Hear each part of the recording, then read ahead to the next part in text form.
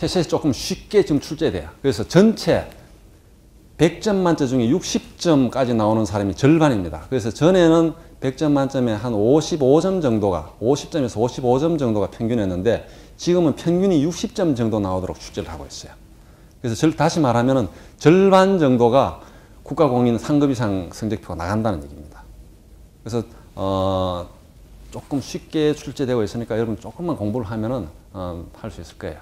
그래서 목표를 잡을 때 여러분들이 S급을 잡는 것은 S급은 전체 응시자의 한 0.5% 정도, 0.1에서 0.5%고 아주 극소수고, 그는 그날 또 운도 따라야 돼요. 그 전날 꿈을 잘 꾸거나 뭐 운도 따라야 S급 맞고, 한 1급 경제학과 학생들은 여기 한 2급이나 1급 정도 목표로 공부하면 되고, 비상경제 학생들은 한 2급 정도, 3급에서 2급 정도만 목표를 해도 됩니다. 그래서 입사 성적표에 성적표는 이제 TC의 성적을 첨부를 하는데, 비경제학과 학생은 한 3급부터 첨부를 하십시오. 첨부를 해서 해도 이제 다 이제 그쪽에서 인정을 해줍니다. 근데 경제학과 같으면은 3급 받으면은 첨부를 하지 마세요. 3급 받으면 그렇지 않아도 뭐 경제학 같으면 당연히 한 3급 이상은 될 걸로 이미 생각을 하고 있어요. 근데 3급 받으면 오히려 자기 그거 하니까 한 2급 이상 됐을 때 이제 첨부를 하고 그렇게 하면 돼요. 그래서 이 TC에서는 한 2번 내지 3번 정도를 쳐가지고 딱 목표를 달성해야 됩니다. 공부할 거 많잖아요, 지금. 기본적으로 학점 잘 따야 돼요. 우리도 이제 신입사원들 이제 면접을 하고 있는데 학점이 낮으면은 학생이 조금 불성실한 이미지를 줘. 도대체 쟤는 뭐 했기 때문에 학점을 이렇게 평균에도 절반에도 못 미치는 이 수준일까? 이렇게 좀 불성실한 걸 주니까 적어도 한 평균 정도는 나오도록 이렇게 해놓고 이제 그 다음에 스펙으로서 이제 그래서 TC에서 공부도 해야 되고 또 영어 공부도 또 중요하잖아요. 영어 공부하고 그래서 한 2번 내지 3번 해가 목표를 딱 달성하셔야 하고 그래서 출제 기준 이렇게 출제 기준에 맞춰가지고 딱 보세요. 그럼 기출 문제 보면 이건 너무 지엽적인 것이다 이런 게 느껴질 겁니다. TC에 대해서 혹시 뭐 질문 있으세요? TC에 질문이 없으면은 이제 이게 지금까지 얘기했던 그대로예요. 3점, 4점, 5점 배점 기준을 아까 얘기를 안 했는데 5점은 상황 추론 판단 영역이니까 2개 이상 경제 개념이 복합 들어간 응용 복합 문제 쭉 밑에 정의가 나와 있죠. 3점, 4점은 쉽게 생각하면 돼요. 조금 어려운 게 4점이고 조금 쉬운 게 3점이다 이렇게 보는데 단 일상 경제 뉴스 활용하는데 매우 중요한 기초 경제 개념은 4점으로 이렇게 배점이 되고 있습니다. 그래서 그 정도만 아시면 되고 출제 영역을 이제 아까 이야기했듯이 이론, 시사, 상황 판단해서 이렇게 문제가 이렇게 나오죠. 그래서 이론은 뭐 미식, 의식, 금융 이렇게 나오고 경제 시사는 저렇게 됐는데 이제 아까 이야기했듯이 경제 이론 응용 문제, 순수 시사, 이론을 응용한 게 10문제, 순수 시사가 10문제, 경제학 문제 10문제 이렇게 나온다고 그랬죠. 그걸 그렇게 해야 되고 저렇게 또 분류가 됩니다. 상황 판단은 유형을 보면은 문제 유형이 전체 한 절반 이상이 자료 해석형입니다. 신문이나 아니면 통계 자료를 내놓고 복잡한 통계 자료를 내놓고 그걸 해석할 수 있는 능력을 보는 게 상황 판단 문제의 대표적인 문제 유형이에요. 그 다음에 이슈 분석, 찬반 논란에 대한 사회 이슈에 대해 가지고 찬성론자와 주장과 반대론자의 주장을 해석할 수 있는 것. 그렇고 그 다음에 의사결정형 문제는 뭐냐 하면 저것도 한두 문제씩 나오는데 저거는 경제학의 본질 문제죠. 우리 경제학이라서 결국은 어떻게 하면 제한된 자원을, 한정된 자원을 효과적으로 활용해서 최대의 어떤 목표된 결실을 만들어낼 것이냐 하는 것인데, 그래서 우리가 저기에 관련되는 게 기회비용과 매몰비용, 그 다음에 한계비용 개념을 정확하게 알고 있는데 그게 응용된 문제들이 나옵니다. 그래서 기업으로 따지면은 어떤 특별 주문을 받을 것인가, 어떤 내가 전업을 할 것인가 이런 판단하는 문제, 이게 굉장히 중요하죠. 그래서 본질적인 문제, 의사결정 문제 저런 게 한두 문제씩 나와요. 여러분 기출 문제 풀어보면은 알 수 있을 겁니다. 이렇게 되는데 아까 이야기했듯이 상황 판단은 2개 이상의 개념이 들어간 복합 문제고 해서 결국은 상황 판단 문제도 경제 이론과 경영 문제로 다시 헤쳐모여야 할 수 있어요. 그렇겠죠? 그래서 그걸 다시 경제학, 경영학 순수 시사 문제로 다시 해쳐모여 할 수가 있어요. 그렇게 해쳐모여 하면은 일반 미식의식 금융 국제 이까지가 이제 경제학이고 순수 시사 경영이죠. 80문제 중에서 이게 한 10문제, 이게 10문제, 나머지가 경제학 문제 이렇게 보면 됩니다. 해쳐모여 하면 다시 80문제를 해쳐모여 하면. 그래서 결론은 뭐예요? 그러면 경제 이론을 확실하게 해둬야 된다는 게 결론이에요. 확실하게 해두고 그다음에 이제 순수 시사하고 경영 문제는 신문도 보면서 관련 이제 경제 이론, 경영학 쪽에서 그걸 조금 공부를 해야 된다 이런 결론이죠. 그래서 이게 보면은 아까 똑같은 해서 이게 3회부터 7회까지 통계인데 지금도 계속 이 추세가 이어지고 있어요. 그래서 전체를 보면은 경제 일반이라는 것은 뭐 자본주의 시장 경제 특징 이런 내용들입니다. 아주 수요 공급이 아주 기본적인 그런 건데 초창기는 많이 나오는데 조금 들어서 전체 한 10문제가 채 안 나와요, 지금. 조금 나오고. 그래서 요걸 미시 문제하고 가까이 때문에 전체 보면 한 30문제, 미시가 전체 절반이고 이쪽 국제 금융도 다 거시로 본다면 거시가 한 절반 정도다. 이렇게 보면 돼요. 국제 금융이 좀 많이 나오는 편이죠, 사실. 이 금융, 왜냐하면 지금 우리 전 세계 경제에서 이슈가 금융시장이 계속 터지고 있어요. 국내도 마찬가지고. 그래서 이 금융 쪽을 정확하게 알아놔야 되고 특히 국제 경제. 근데 공교롭게 시사 문제가 여기도 많이 터지는데 시사 용어 문제도 대부분 여기서 나와요. 자세히 보면 여러분들이. 예. 그래서 시사 용어도 금융이나 금융시장, 국제금융시장 쪽을 잘 봐야 돼요. 오늘 나중에 강현철 부장도 아마 국제금융 이쪽을 많이 이야기를 할 거예요, 여러분. 그래서 순수 시사 문제는 이런 겁니다. BIS 비율. BIS 비율 학교 교과서는 안 나오잖아. 근데 신문에는 그거 모르면은 금융은행 얘기를 못 듣잖아요. 저축은행. BSI. BIS. BSI가 뭔지 비슷한데 그게 다르잖아요. 기업 경기 실사지수, 경기지표, 설문조사 해가지고, 경기 실사지수 하는 이런 거.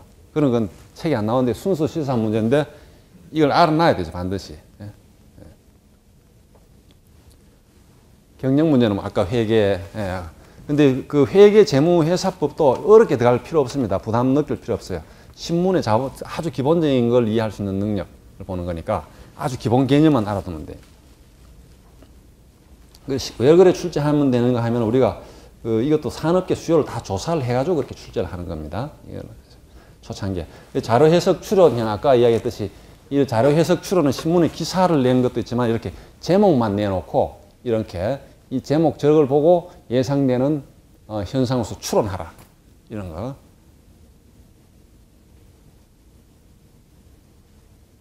이런 거 보면은, 의외로 이번에 SKC의 임직원들, 간부 후보들 대상인데 이 문제도 정답률 50%가 안 돼요.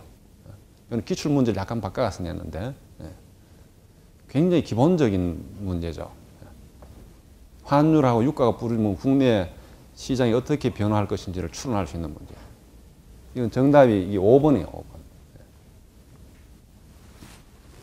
그래서 이런 겁니다. 이것도 이제 기사에 신문 기사를 쭉 써놓고 관련되는 자료에서 시사 이슈 분석은 이게 이제 참만 논란이 되는 것이죠. 이게 유통업체가 소위 말하는 SSM 지방 진출 문제로 한때 논란이 됐잖아요. SSM. 우리나라 이제 외환 위기 이후에 그 유통혁명이 나고 있어요. 사실 유통혁명, 유통시장혁명. 그래서 이마트 같은 할인점들이 전국에 다 진출을 했어요. 그 자리가 없어요.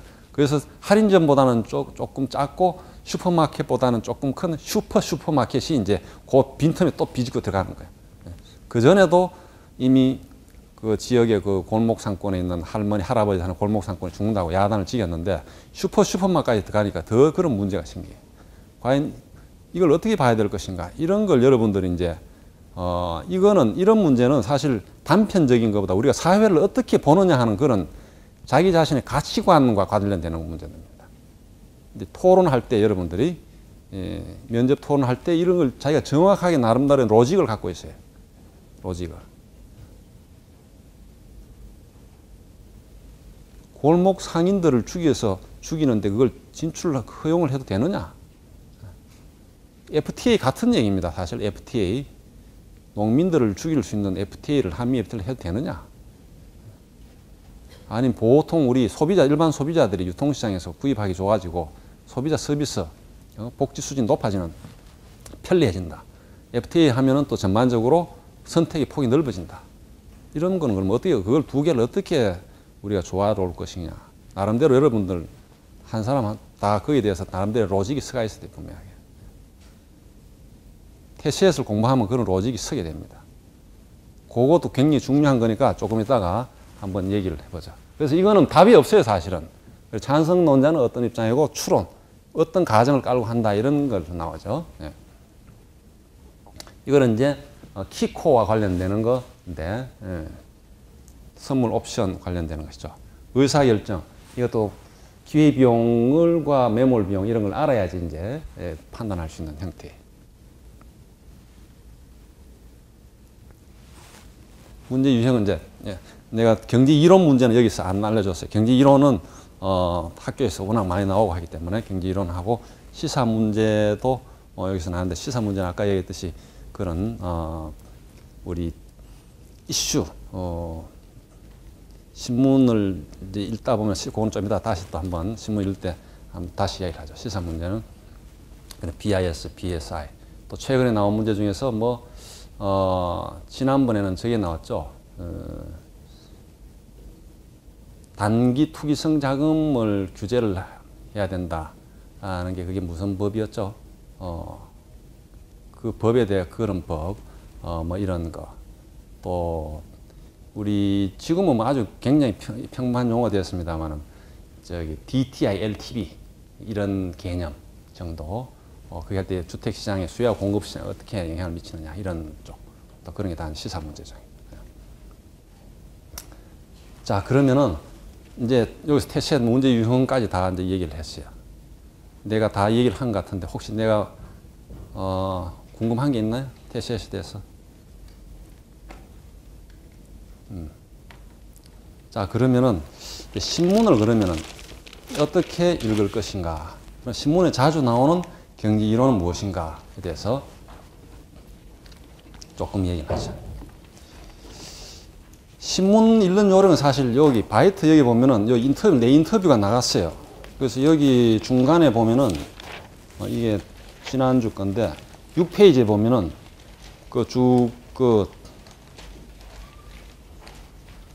지금 얘기하는 게 사실 이거예요. 친구들한테 내가 얘기해 준 건데, 신문을 읽을 때는 40페이지 납니다, 신문이. 신문을 다 읽을 필요는 없어요. 결론적으로 이야기하면 신문을 여러분들이 TCS 공부하는 학생, 또 면접 공부하는 학생들은 단시간 내에 이걸 핵심적인 것만 읽어야 되잖아요. 어떻게 읽을 것이냐. 그래서 몇 가지 기술적인 걸 내가 얘기를 해주고, 그 다음에 신문 기사를 이해하는데 자주 활용되는 거를 이야기를 할 거예요. 자, 신문에 우선, 이 보면 40페이지고 섹션 20페이지 나오고 60페이지가 나오는데 다 못 읽습니다. 다 읽는 사람 아무도 없어요, 우리나라에. 그래서 뭐 읽어야 되나? 무조건 일면은 그래도 읽어야 되겠죠? 일면은 중요하다고 내놓은 건데, 일면입니다. 일면 기사의 특징이 뭐냐 하면은, 관련 기사가 일면 기사에는 대부분 다 붙어 있어요. 관련 기사. 일면 기사는 이런 거 나오는 건 이제 스트레이트 뉴스 기사인데, 관련 기사는 바로 이 스트레이트 뉴스 기사와 관련된 해설 기사가 뒤에 붙어요. 해설이라는 것은 뭐냐면 어떤 의미, 배경, 향후 전망 이런 걸 한 게 이제 해설 기사인데, 그게 뒤에 나옵니다. 해설 기사는 신문에 3면, 4면, 5면, 어떨 때는 6면까지 막 넘어가는데 그 3면, 4면 나와요. 그래서 여기 보면은 일면 톱 기사에 관련 기사가 A 4, 5면 돼 있죠.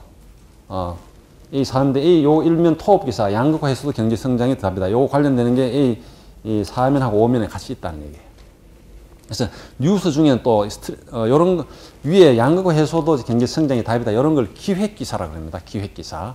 이거는 새로 발생된 것이 아니고 어떤 기획을 해서 큰 트렌드를 봐가지고 사회 이슈되는 걸 종합해가지고 하는 이런 기획 기사인데, 이런 기획 기사는 한번 읽어볼 필요가 있습니다. 이거는 이제 여러 편집국 차원에서 여러 기자들이 이제 이게 동원돼 가지고 만들죠. 그래서 1면을 반드시 읽고, 그 다음에 관련되는 해설 기사. 1면과 2면을 종합면이라고 합니다. 여기는 정치, 경제, 산업, 중에서 중요한 게 앞에 다 나오는 것이죠. 그래서 1면과 관련되는 해설 기사가 이제 3, 4, 5면인데, 여기 관련되는 것을 자기가 이제 읽어보면 돼요. 해설 기사.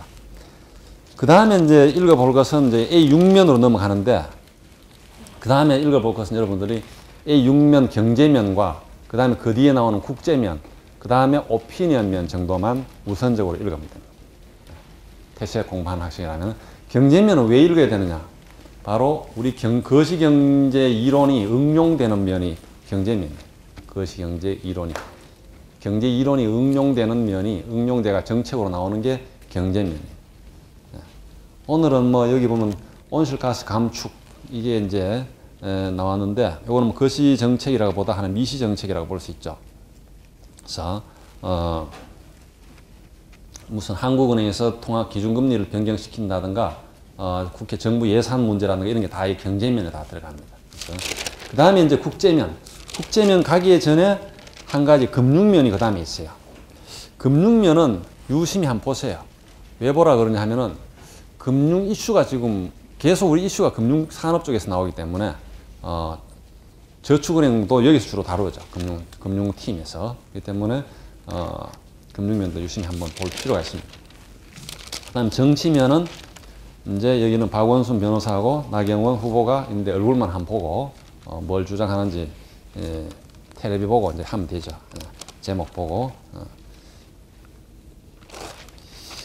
그 다음에, 국제면이 A13면에 있습니다. A13면에 국제면을 보라고 그러는 것은, 국제면, 우리나라는 이제 소규모 개방 경제라고 흔히 이제 얘기를 하는데, 그러다 보니까 국제 경제 변화에 따라서 아주 민감해집니다. 우리나라 경제 상황이. 그렇기 때문에 국제 상황을 항상 우리가 잘 알고 있어야 돼요.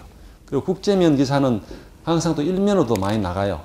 언제든지 나갈 수 있는 그런 후보들이고 하니까, 국제면 기사를 잘 볼 필요가 있습니다. 오늘 보니까 노벨 경제학상 수상자가 결정이 됐는데, 이 이론 같은 것도 뭔지 한번 우리가 볼 필요 있잖아요. 관심 있잖아요. 한번 보고. 그 다음에는 이제 쭉 산업 사이드입니다. 신문이 이제 지금 이야기하는 것은 경제신문만 뿐 아니라 다른 신문도 마찬가지입니다. 일면이 있고 해설면이 똑같이 있어요. 종합지도. 신문 종합지 같은 경우는 이제 부서가 정치, 경제, 사회, 문화, 스포츠, 국제만 이 정도로 나누어지죠. 우리 이제 경제신문도 똑같이 있어요. 똑같이 있는데 산업 사이드가 세분화되어 있어요. 산업 부서가 따로 다 있어요. 그래서 뭐 증권부, 부동산부, 대기업 다루는 산업부, 유통경제부 뭐 이렇게 다 있어요. 그래서 이 때문에 자기가 이제 관심 있는 산업면은 한번 볼 필요가 있고, 매크로한 거는 이쪽에서 안 다루고 주로 산업 사이드니 산업 뉴스를 다루니까 오늘 한번 관심 있게 쭉 이렇게 제목만 보고 넘어가면 됩니다. 그래서 그 다음에 이제 증권면. 증권면은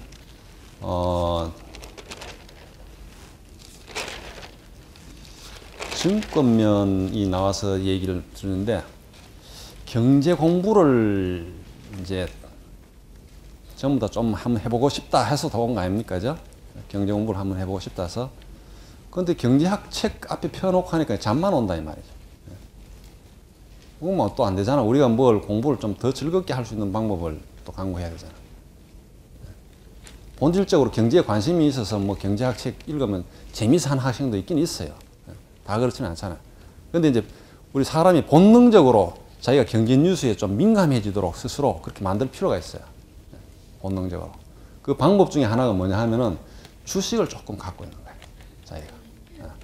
자기 용돈을 아껴가지고 부모한테 떼써서 돈 받아서 사는 게 아니라 자기 용돈을 반드시 아껴서 사야 돼요. 그래야 돈이 참 그 아까운 것도 알고 주가가 떨어지면은 야, 이 아까운 것도 이렇게 느낀다고. 그래서 용돈을 좀 아껴서 주식을 조금 갖고 있으면은 바로 그 다음부터 야, 이게 내 주가가 이게 한국은행에서 기준금리를 올리거나 뭐 그리스가 지금 뭐 부도 위기에 갔니 안 갔느니 이렇게 나오면 이게 우리나라 증시에 어떤 영향을 미칠지 동물적으로 그냥 반응을 하게 돼요. 아침에 그런 경우가 많이 있어요. 우리 회사 내에서도 이제 우리 간부 중에 한 분이 이제 얼마 전에 그런 아들을 어떻게 키웠느냐 이제 이런 얘기를 하면서 자기 아들이 지금은 이제 대학 여러분처럼 대학생인데 초등학교 5학년인가 그럴 때 이제 선물로 주식을 사줬대요. 주식을 이제 그때 이제 사줬는데 그 다음부터는 뭐 아침에 일어나자마자 경제 뉴스를 보고 막 이제 경제에 대해서 막 묻기도 하고 막 그전에는 뭐 경제 뭐 환율 이런 거 뭐 생긴 얘기도 안 하더니만 그렇게 하더니만 이제 이제 뭐 군대에 갔다 와서 대학생이 이제 됐는데 이제 그래서 이제 그 아들이 이제 자기는 그 아버지는 사실은 이과계통을 좀 지원을 했으면 하고 이렇게 바랬는데 또 상경계 지원한다고 그래가지고 상경계 들어갔대. 상경계 들어갔는데 이제 얼마 전에 이제 하는데 아들 하는 얘기가 아빠가 내가 한 5년 전에 말이야 금도 좀 사놓고 저기 위안화도 좀 예금해놨는데 그게 뭐 지금 한 2배 이상 올랐어 하면서 이제 자랑을 하더래. 그래서 막 그런 얘기를 하는데 하여튼 이 경제에 조금 이 뉴스에 좀 민감해지려면은 자기가 어떤 돈에 약간 이렇게 연관시켜 놓으면은 조금 민감해지는 그런 게 있어요. 그렇다고 너무 많이 투자를 하면 안 좋아요. 사실 주식 투자하는 거 나도 증권부에 있긴 조금 증권기자로 활동을 했는데 주식 투자해가 성공한 사람 난 못 봤어요. 주식 투자해가지고. 주식 증권회사에 그 취업한 친구들 보면 지금은 최근 들어서는 어떤지 모르겠는데 대부분이 이제 집이 이제 뭐 자기 어머님한테 불러받아서 강남에 있다가 그 다음에 이사를 해서 저 변두리로 갔다가 또 전세로 갔다가 자꾸 이사를 하더라고요. 이제 시장이 한 번씩, 주식시장이 한 번씩 크게 침체가 되잖아요. 한 3, 4년. 그럴 때마다 이제 어떤 스트레스도 오고, 뭐 자기 개인적으로 투자해서 손실도 보고 이런 것 같아요. 그래서 사실 주식은 워낙 거기는 막 기관 투자가들도 있기 때문에 그게 어려워요, 사실은. 근데 개인적으로는 주식 투자하는 것은 그걸로 해서 돈을 벌기는 사실 참 굉장히 어렵습니다. 오히려 집을 잘 사는 게 굉장히 중요합니다. 여러분, 사회 나가서. 집을 어떻게 구입하느냐가 일반 봉급자로서는 이 재테크, 자기 재산 형성에서는 거의 결정적이라고 할 수 있어요. 그래서 그런데 더 이제 여러분들 신경을 쓸 필요가 있어요. 그래서 요새는 뭐 주택 종합저축 이런 것도 많이 있잖아요. 그런 것도 가입해 둘 필요가 있고. 그래서 부동산면, 그 다음 마침 또 부동산면이 나왔는데, 부동산도 우리 뭐 개인 이 재산 형성 장에서 이것도 한번 중요하니까 한번 그런 차에서 볼 필요 있고,